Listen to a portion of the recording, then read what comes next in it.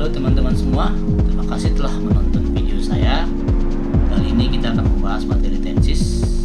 Semoga materi ini nanti bisa bermanfaat buat adik-adik sekalian yang ingin mengikuti tes UTBK ataupun tes Bintara, tes Akpol ataupun tes kedinasan lainnya. Dan jangan lupa klik tombol subscribe ya, dan klik tombol notifikasi juga untuk video-video selanjutnya. Silahkan juga bagikan video ini sebanyak-banyaknya ya. Mudah-mudahan video ini bermanfaat.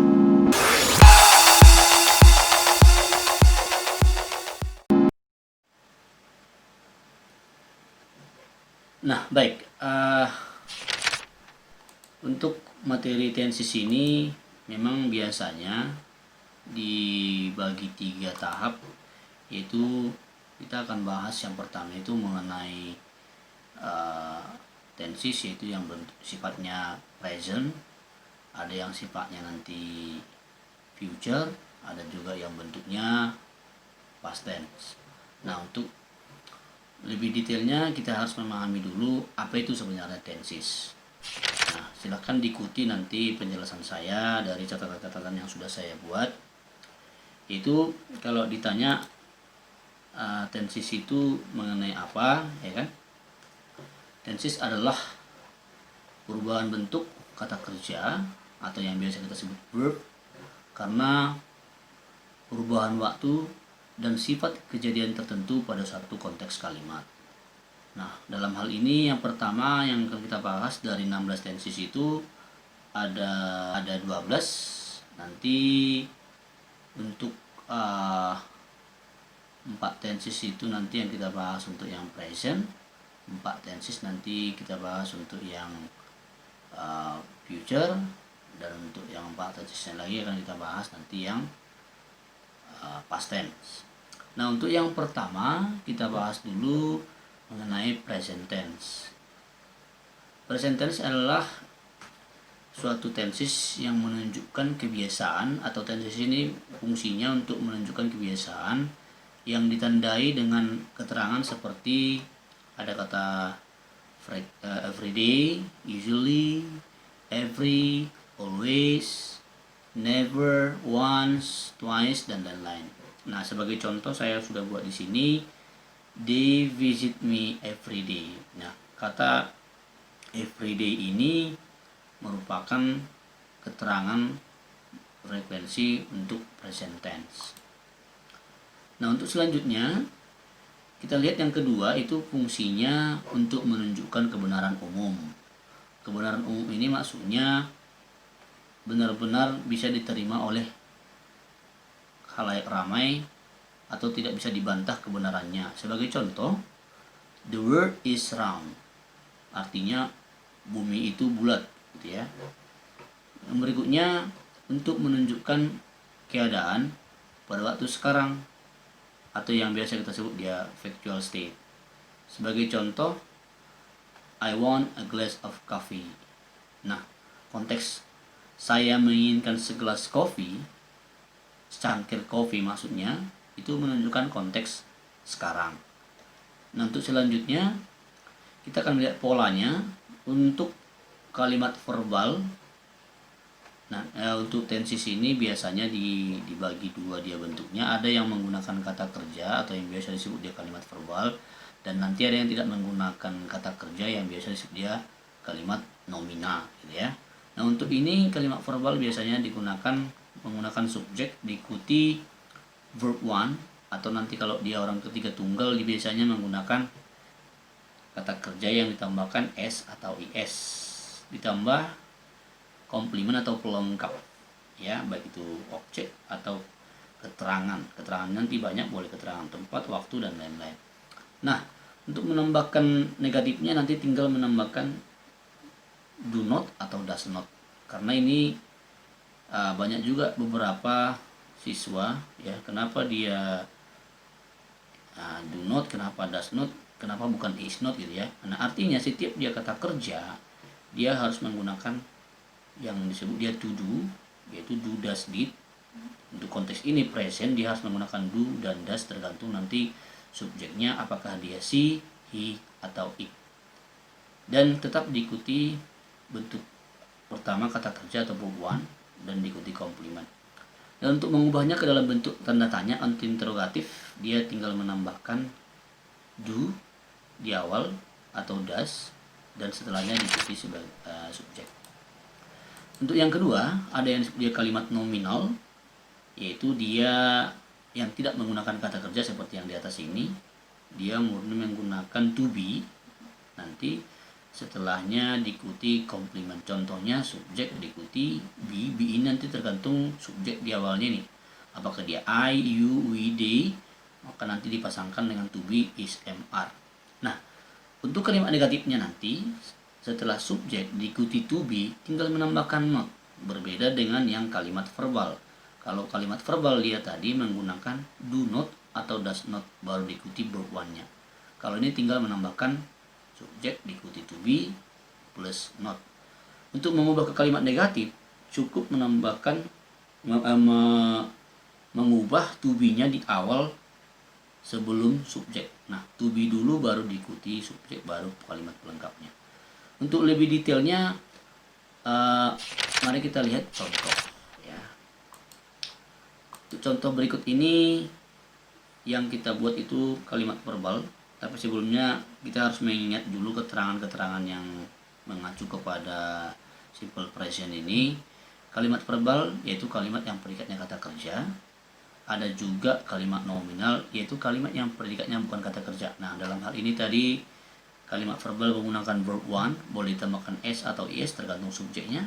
Kalau dia kalimat nominal, dia tidak membutuhkan kata kerja, tapi cukup nanti menggunakan to be, is, am, are untuk yang present.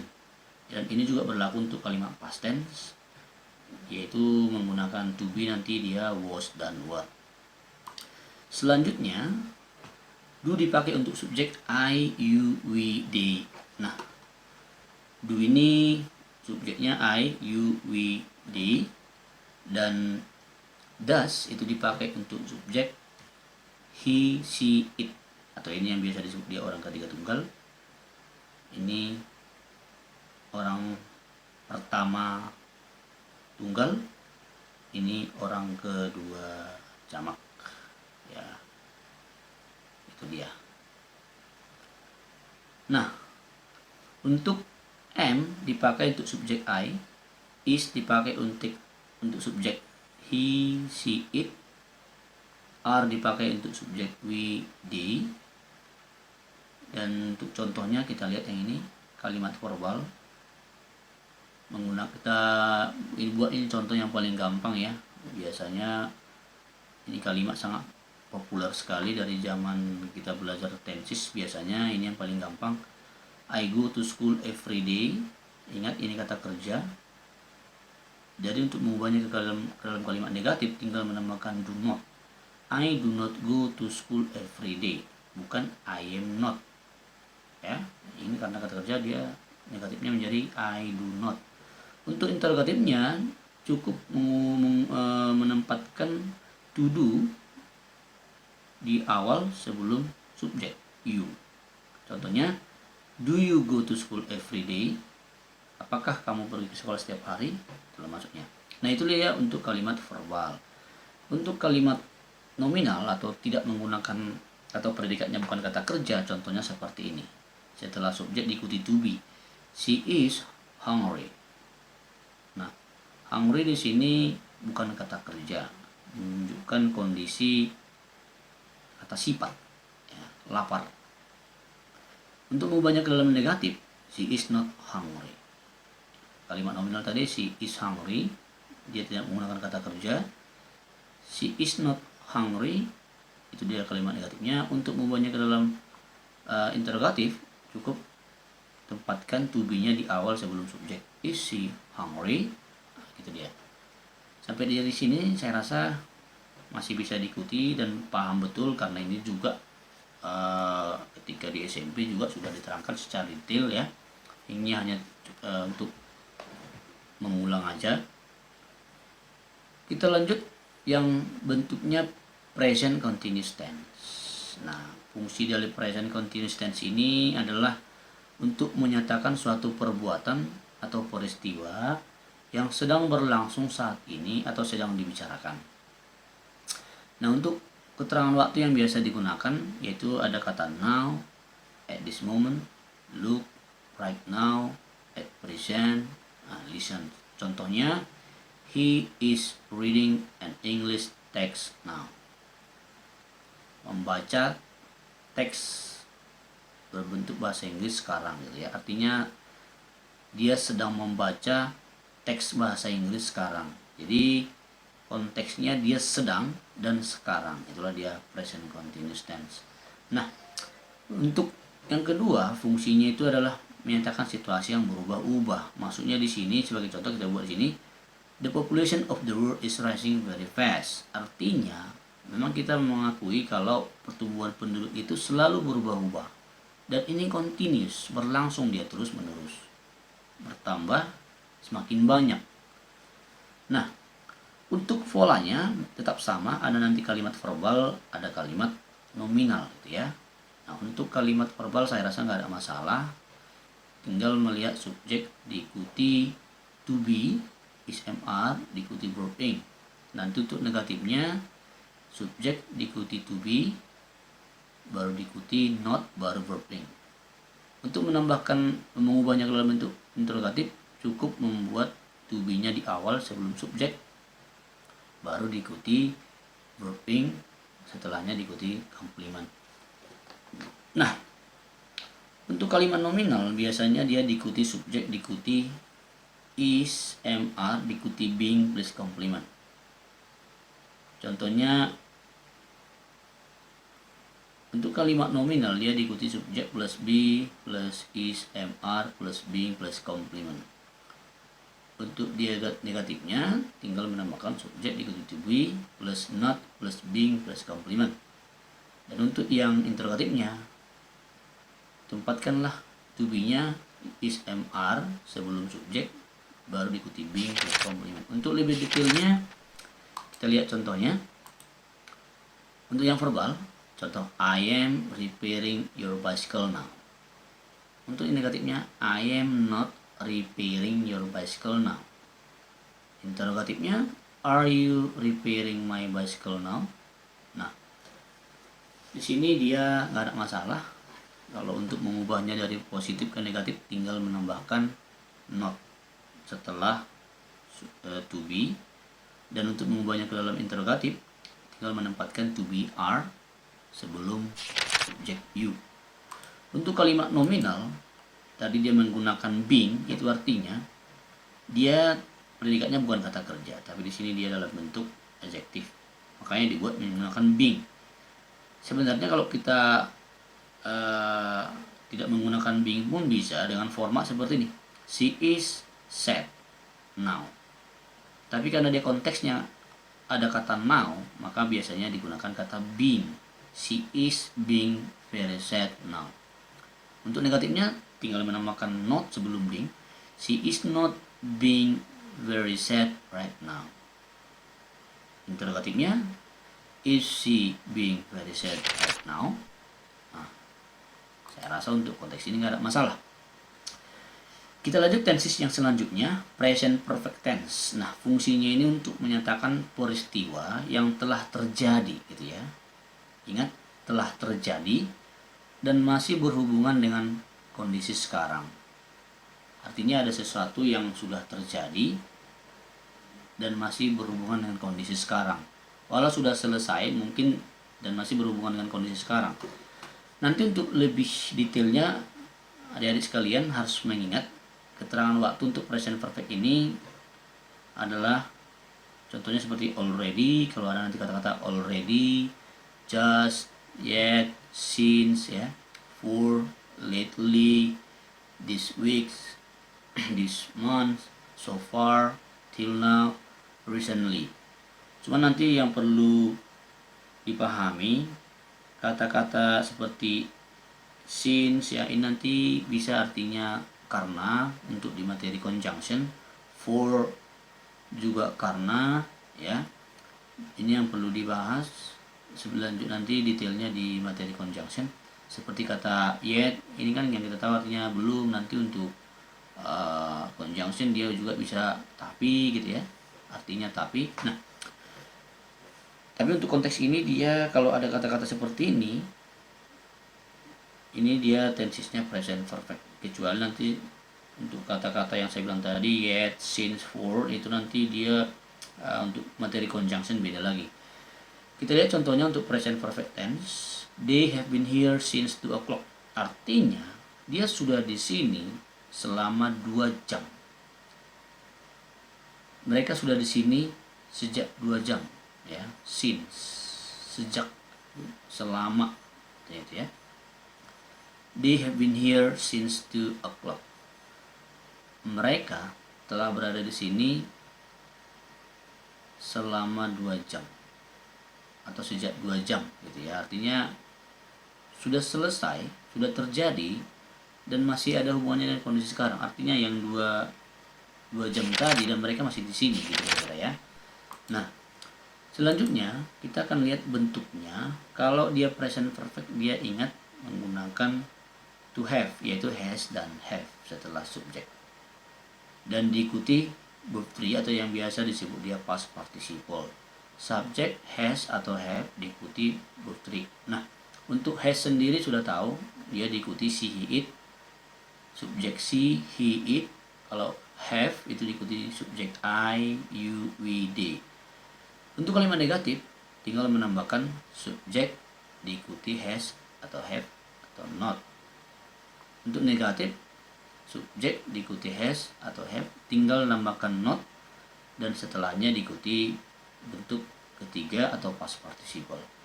Untuk mengubahnya ke dalam bentuk negatif, tinggal membuat auxiliary-nya yaitu has atau have di awal sebelum subjek. Nah, kalimat nominal dia nanti tidak menggunakan verb 3, tetapi dia setelah has dan have diikuti been. Subjeknya nanti untuk negatif, subjek diikuti has, have, diikuti not, dan setelahnya diikuti been. Untuk lebih detailnya kita lihat contoh berikut.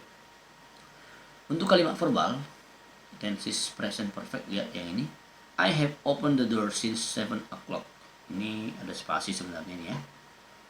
Saya telah membuka pintu itu sejak jam 7. Artinya masih berlanjut, masih berhubungan dengan kondisi sekarang. Untuk mengubah negatifnya, tinggal menambahkan not. I have not opened the door. Interrogatifnya, ubahlah bentuk have ini atau pindahkan to have menjadi di depan sebelum subjek. Have you opened the door? Nah, ini dia untuk kalimat verbal. Untuk kalimat nominal, artinya predikatnya bukan kata kerja. Ingat, di sini dia tidak ada kata kerja kita jumpai. She has been there since this morning. Dia sudah berada di sana sejak pagi ini. Artinya dia sudah di sana pagi ini dan kemungkinan juga masih di sini, gitu ya. She has not been there. Ini dia untuk kalimat negatifnya, setelah auxiliary has ditambahkan not. Untuk mengubahnya ke dalam negatif, has atau have ditempatkan di awal sebelum subjek she ataupun subjek yang lainnya. Has she been there since this morning? Nah, itu dia untuk kalimat interrogatifnya. Baik, tetap kita bahas lanjut ya untuk materi present perfect continuous. Untuk materi present perfect continuous itu dia fungsinya menyatakan pekerjaan yang dimulai di waktu lampau dan masih dikerjakan sampai saat ini. Ya. Nah, keterangan waktu yang biasa digunakan yaitu ada kata for, all, this morning, since, the whole day. Contohnya, he has been writing a letter for 1 hour. Dia sudah menulis dan sedang menulis, ya, hingga sekarang. Nah, kalau kita lihat polanya ada juga 2, yaitu verbal dan nominal. Untuk yang verbal, dia di sini menggunakan been nantinya. Setelahnya diikuti verb ing. Subjek plus has atau have diikuti been plus verb ing.